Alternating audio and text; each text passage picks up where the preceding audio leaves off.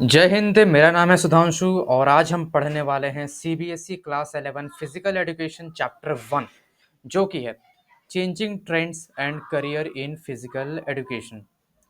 हम इसमें जो भी ट्रेंड्स चेंज हुए हैं फिजिकल एजुकेशन के फील्ड में और क्या क्या करियर ऑप्शंस है तो हम उसके बारे में यहाँ पर पढ़ने वाले हैं।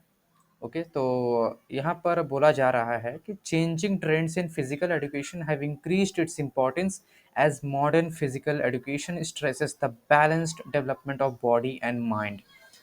फिजिकल एजुकेशन के फील्ड में बीते कुछ समय में कुछ ट्रेंड्स हैं जो कि चेंज हुए हैं और उसका जो इम्पोर्टेंस है वो इसलिए भी बढ़ गया है क्योंकि जो मॉडर्न फिजिकल एजुकेशन है वो ज़्यादातर बैलेंस्ड डेवलपमेंट ऑफ बॉडी और माइंड पे फोकस करता है, स्ट्रेस करता है। यानी कि हमारा बॉडी और माइंड इक्वली डेवलप होना चाहिए। ऐसा नहीं कि सिर्फ बॉडी पर ही हम ज़्यादा ध्यान दे रहे हैं, माइंड पर ही हम सिर्फ फोकस कर रहे हैं, ऐसा नहीं, दोनों पर हमें ध्यान देना है और वो फिजिकल एजुकेशन स्ट्रेस करता है। नेक्स्ट है कंटेंट्स, इसमें हम क्या क्या पढ़ने वाले हैं आज के इस क्लास में। तो सबसे पहले हम meaning and definition of physical education देखेंगे। Development of physical education in India post independence, changing trends in sports, playing surface, variable gear, sports equipment, technological advancements, ये हम देखने वाले हैं। और बाकी जो यहाँ से career options in physical education, Khelo India programme, components of Khelo India, fit India movement and objectives of fit India movement. तो लास्ट के 5 जो टॉपिक्स हैं वो हम नेक्स्ट क्लास में देखने वाले हैं जो कि इस वीडियो का पार्ट 2 होगा। तो सबसे पहले हम अपने टॉपिक पे आते हैं जो कि है meaning and definition of physical education. Physical education is an essential part of general education, aiming for balanced development of the physical, mental, social, and emotional aspects of a person. Physical education एक बहुत ही essential और ज़रूरी part है हमारे general education का, जो कि क्या एम करता है, हमारे बैलेंस्ड डेवलपमेंट ऑफ फिजिकल यानी बॉडी, मेंटल यानी माइंड, जो कि हमने पहले देखा। और इसमें कुछ चीज़ें और ऐड हुई हैं जैसे कि social and emotional aspects of a person. तो यहाँ पर कुछ हमारे महानुभाव हैं जो जिन्होंने फिजिकल एजुकेशन को डिफाइन किया है। ओके, तो हम जेपी नैश का देखते हैं, इन्होंने क्या बोला है। Field of education dealing with big muscle activities and their responses. यानी कि फिजिकल एजुकेशन का जो फील्ड है उसमें सिर्फ बिग मसल एक्टिविटीज़ ही हम करते हैं, यानी कि ज़्यादा वजन उठाना, ज़्यादा अपने आप को पुश करना, ज़्यादा मेहनत करना, तो उसको हम फिजिकल एजुकेशन कह सकते हैं। और इवन उसके रिस्पॉन्सेज को भी। आर कैसिडी जी इसमें क्या कहते हैं, some of changes in the individual caused by experience involving motor activity. हम जो भी मोटर एक्टिविटीज़ करते हैं, फॉर एग्जांपल कि हम उठते हैं, बैठते हैं, रनिंग करते हैं, वॉकिंग करते हैं, तो वो एक मोटर एक्टिविटी होता है और उसके कारण जो हम एक्सपीरियंस करते हैं, उस एक्सपीरियंस से हमारे बॉडी में कुछ चेंजेस आते हैं। उन चेंजेस का सम को हम लोग फिजिकल एजुकेशन कह सकते हैं। तो ये आर कैसिडी जी का कहना है। डेल्बर्ट जी भी वही कहते हैं कि some of those experiences which come to the individual through movement.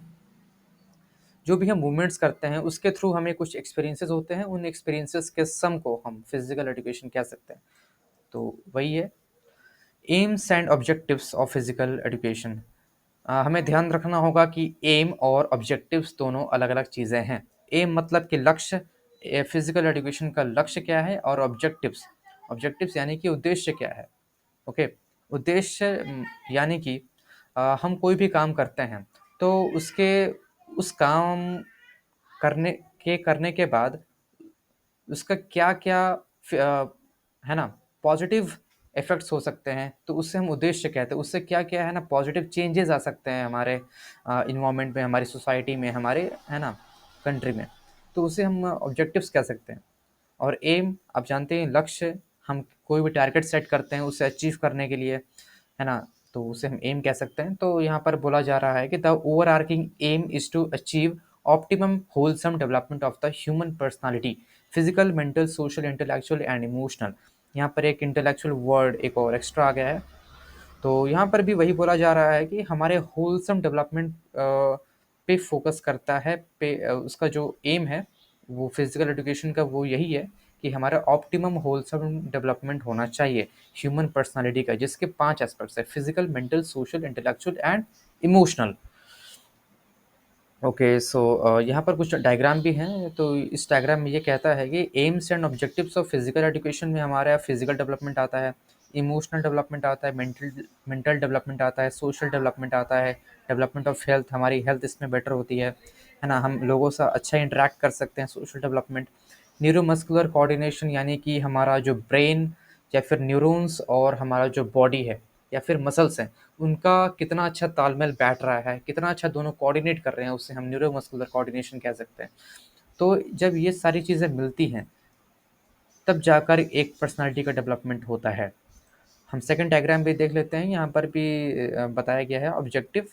तो हमारा ऑब्जेक्टिव है फिजिकल डेवलपमेंट। तो वो क्या करता है कि वो हमारे न्यूरोमस्कुलर रिस्पॉन्सेस को इन्हांस करता है और हमें एक ऑर्गेनिक ग्रोथ देता है। अगर हम रेगुलर एक्टिविटी करते हैं तो रेगुलर एक्टिविटी यानी कि रनिंग, वॉकिंग एंड एक्सरसाइजेज, योग एट्सेट्रा। नेक्स्ट है साइकोलॉजिकल डेवलपमेंट। इससे हमारा कॉन्फिडेंस, आत्मविश्वास बढ़ता है, रेजिलियंस, पेशेंस आता है हमारे अंदर, धैर्य आता है, पॉजिटिव एटीट्यूड हमारा इससे हो जाता है, नेगेटिव जो चीज़ें हैं वो हट जाती हैं और हमें एक मेंटल बैलेंस देखने को मिलता है। मेंटल बैलेंस जो कि आज के जो एरा है उसमें बहुत ज़्यादा ज़रूरी है। Okay, social development. तो इससे हमारा टीम वर्क डेवलप होता है, लीडरशिप आती है, टॉलरेंस, हम है ना, टॉलरेट करने की क्वालिटी हमारे अंदर आती है, बर्दाश्त करने की, ऑनेस्टी आती है, कोऑपरेशन आती है। अगर हम स्पोर्ट्स पार्टिसिपेट पार्टिसिपेट करते हैं तो स्पोर्ट्स में, तो जैसे मैं एग्जांपल लेता हूँ क्रिकेट के बारे में। तो क्रिकेट में क्या होता है कि जो क्रिकेट का कैप्टन होता है, तो उसके अंदर लीडरशिप क्वालिटी कहीं न कहीं अच्छी है, तभी वो कैप्टन बना है। और बाकी के टीम मेंबर्स की बात करें तो उनके अंदर टीम वर्क अच्छा है, उनके अंदर कोऑपरेशन है, ऑनेस्टी है, टॉलरेंस है ना? तभी वो इंडिया के लिए खेल रहे हैं, खेल पा रहे हैं। और ये चीज़ें जो है स्पोर्ट्स पार्टिसिपेशन से आती है, तो ओवरऑल इससे सोशल डेवलपमेंट होता है। नेक्स्ट है हमारा इमोशनल डेवलपमेंट। ये हमें क्या सिखाता है कि controlled expression of emotion such as anger, anxiety and aggression. तो ये जो तीनों इमोशंस है, ये हर एक व्यक्ति के अंदर होता है, हर एक इंसान के अंदर होता है, लेकिन हम उससे कितना कंट्रोल्ड वे में एक्सप्रेस करते हैं, तो वो हमारे ऊपर डिपेंड करता है। और वो चीज़ कैसे डेवलप होती है, वो फिजिकल एजुकेशन से डेवलप होती है। जैसे मैं एग्जांपल लेता हूँ एम एस धोनी का। तो वो जब कैप्टन थे तो वो अपने इमोशंस को बहुत ही कंट्रोल्ड वे में एक्सप्रेस करते थे, ताकि उसका कोई भी नेगेटिव असर टीम पे ना हो और टीम का जो इमेज है वो वर्ल्ड में अच्छा हो। ओके, तो ये है। नेक्स्ट हमारा development in India post independence. Physical education के फील्ड में इंडिपेंडेंस के बाद में क्या क्या डेवलपमेंट हुआ, तो वो हम देखने वाले हैं। तो नंबर वन है establishment of the sports authority of India, Sai academy, जो कि 1984 में इस्टेब्लिश किया गया to promote sports talent.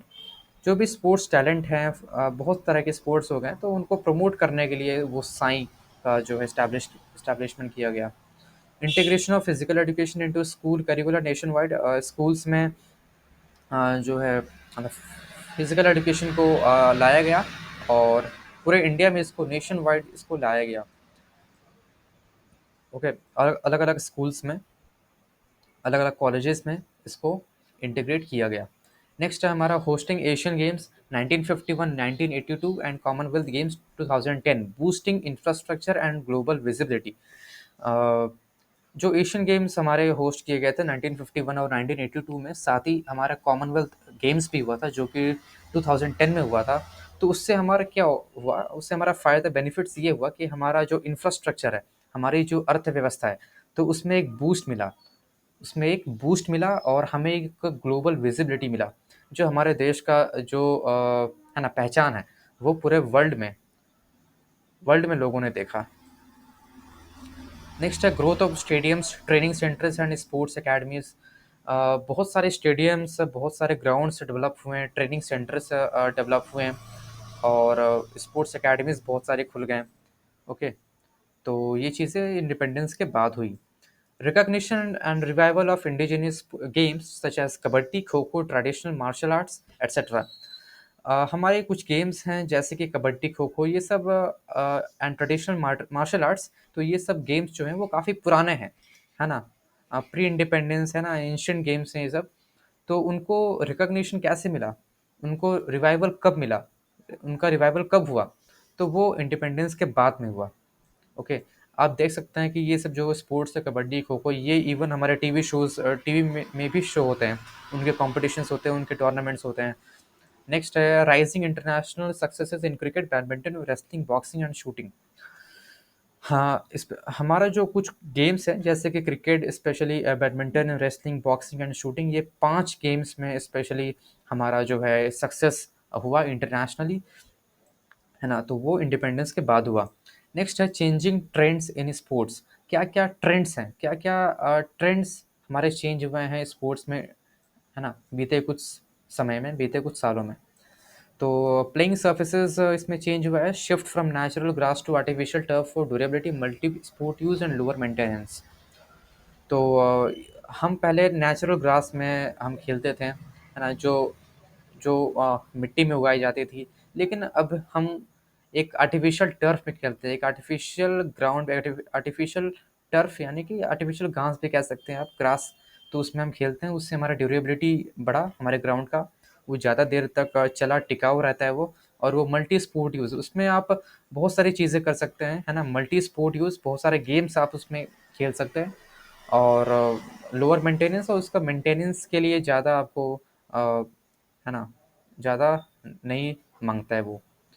Next है हमारा challenges include environmental impact, limited life span, cleaning needs and safety concerns for users. इसके कुछ चैलेंजेस भी हैं, जैसे कि एनवायरमेंटल इम्पैक्ट, इससे हमारे एनवायरनमेंट पे इम्पैक्ट पड़ता है। इसका लाइफ स्पैन जो है वो काफ़ी ज़्यादा लिमिटेड है। इससे इसको क्लीन करना, लाइक, है ना, बहुत ज़्यादा हेक्टिक हो जाता है ना? इसको बार-बार क्लीन करने की ज़रूरत पड़ता है। और साथ ही साथ जो भी यूज़र्स होते हैं, जो भी प्लेयर्स होते हैं, उनके लिए एक सेफ्टी का कंसर्न बन जाता है ये। कई बार ये सेफ़ नहीं होता है। ओके।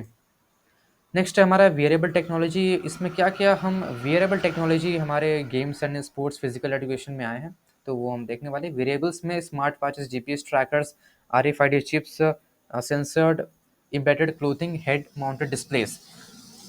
तो ये सारी चीज़ें हमारे स्पोर्ट्स में आई हैं, जो कि क्या करती हैं कि enables real time performance monitoring, injury prevention and officiating accuracy.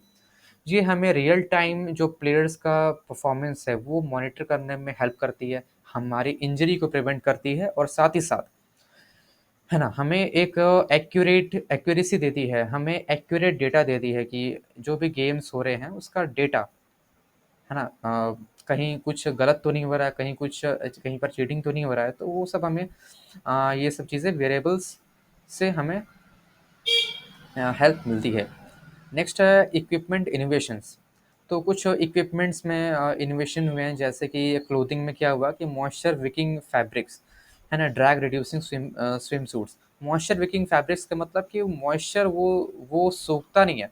Moisture वो, है ना, वो इवापोरेट होके वो हवा में चला जाता है। बाकी जैसे कि नॉर्मल कॉटन क्लोथ्स क्या होता है कि मॉइस्चर जो भी स्वेट आता है उससे वो सोख लेते हैं, लेकिन वो ऐसा जो स्पोर्ट्स वाले होते हैं फैब्रिक्स, उसमें ऐसा नहीं देखा जाता है।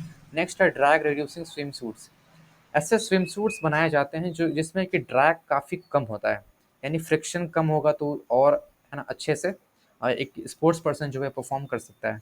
नेक्स्ट है फुटवियर। फुटवियर हमारे जो शूज़ होते हैं वो काफ़ी ज़्यादा हल्के हो जाते हैं, और उसके जो ग्रिप हैं वो काफ़ी ज़्यादा हाई होते हैं, जिससे कि है ना, जो हमारा पैर है वो ग्राउंड पर स्लिप नहीं करता है। तो इसके ये बेनिफिट्स हैं। रैकेट्स से पहले क्या होता था कि पहले वुड के रैकेट्स बनाए जाते थे, लेकिन अब क्या है कि ग्रेफ़ाइट्स कंपोज़िट्स का यूज़ किया जाता है, कि यानी कि जो रैकेट्स हैं उसमें ग्रेफ़ाइट का भी यूज़ किया जाता है, और वुड का ये कंप्लीटली रिप्लेस कर दिया गया है इसको। नेक्स्ट है protective gear, sensored equipped helmets and pads. इसमें हमें हेलमेट्स मिलते हैं, पैड्स मिलते हैं, जो कि सेंसर्स उसमें लगे होते हैं, और वो हमें काफ़ी सारी चीज़ों में मदद करते हैं, जैसे कि इंजरी प्रिवेंशन में मदद करते हैं, है ना? उसमें सेंसर्स भी लगे होते हैं, तो उससे क्या होता है कि कई बार गेम्स में, है ना, हमें एग्जैक्ट डेटा पता चलता है कि नहीं, कहीं पर कोई चीटिंग तो नहीं हो रहा है, कहीं पर कोई इसमें कोई फॉल्ट, कोई फाउल तो नहीं है, तो वो हमें पता चलता है। नेक्स्ट है टेक्नोलॉजिकल एडवांसमेंट्स। इसमें ये बोला बोला जा रहा है कि instant replace systems for precise officiating. हम जानते हैं कि जैसे हम अगर एग्जांपल लें क्रिकेट के बारे में, तो वहाँ पर इंस्टेंट रिप्ले सिस्टम्स होते हैं, जैसे कि डीआरएस हो गया। तो डीआरएस में क्या होता है कि वो उसी जैसे कि है ना, एक बॉलर जो है विकेट लेता है, तब वो डीआरएस में दिखाया जाता है कि वो विकेट आखिर कैसे आया, वो कैसे लगा। तो है ना, कई बार डिसीजन जो एम्पायर देता है उससे बाकी प्लेयर्स सेटिस्फाइड नहीं होते हैं, तो वो डीआरएस की मांग कर सकते हैं और रिप्ले रिप्ले करा सकते हैं। ओके, तो ये सारी चीज़ें होती हैं।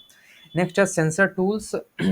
हॉकाई जैसे हो गया, तो वो फॉल्स वगैरह को है ना, गोल्स मारने में जैसे फॉल्स वगैरह कुछ होते हैं, तो वो हॉकाई उसे सेंस कर लेता है, वो एक सेंसर है।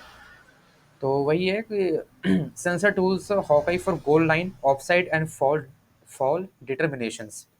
Electronic timing systems replacing manual stop watches for accurate race timing. पहले मैनुअल स्टॉप वॉचेस का यूज़ होता था, लेकिन अब इलेक्ट्रॉनिक टाइमिंग सिस्टम्स यूज़ होते हैं जो कि हमें एक्यूरेट डेटा देते हैं।